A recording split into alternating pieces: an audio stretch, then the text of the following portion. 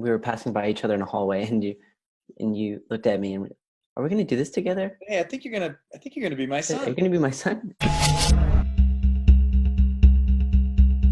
I'd love to start with you, Michelle. What was it about this story that really hooked you? I just thought it was an amazing story and quite different to most crime dramas, as it sort of focuses more on the effects it has on the family, which really interests, that certainly was an interest for me. I swear I didn't do it. We believe you.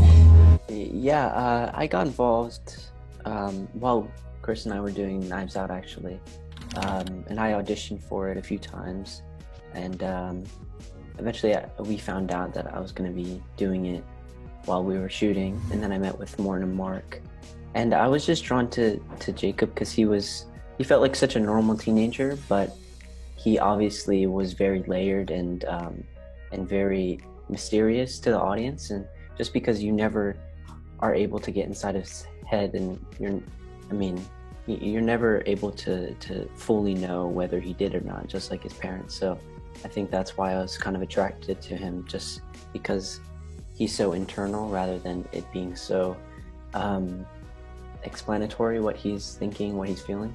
There's got to be an explanation. They go to the same school. Jacob's in his class. Yes, we know that.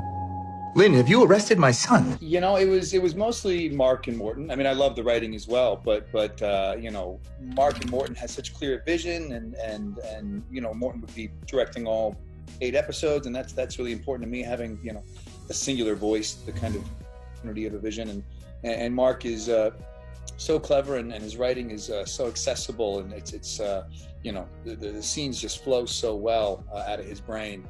So yeah, for me it was just a couple of guys that I really wanted to collaborate with. Yeah, and Jaeden, you mentioned finding out that you were going to work on this at the same time that you guys were on set of Knives Out. Tell me about how you guys found out that you were going to be doing this next project together. What was that like?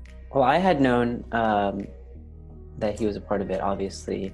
I'm not sure when you found out, but I remember we were shooting together. We were passing by each other in a hallway, and you looked at me and went, "Are we going to do this together?" Hey, I think you're gonna be my son. Are you going to be my son? Yeah. So that was funny. They had sent me a group of auditions, about 5 auditions for actors they were considering for Jacob, and the first one I watched was Jaeden's, and I actually didn't recall the scene, off the top of my head. So I was watching the scene, and I thought, oh wow, he improvised the scene. Good for him. That takes courage. And then I watched the next kid, and it was the same dialogue, and I said, wait a minute.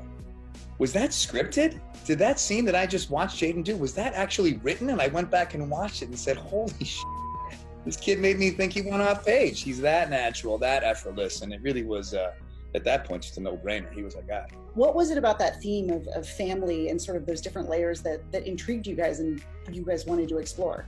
I think it starts with trust and can you ever really know anybody? But I think the downstream impact is a little more interesting to me, because once you are confronted with the realization that someone is not who they presented, when it's your family, when it's your blood, it's someone that you've invested time and love into, and your identity has become entangled with this idea of who they are. Once you're kind of confronted with that truth, it's a matter of, can you compartmentalize that realization in order to keep this idea intact?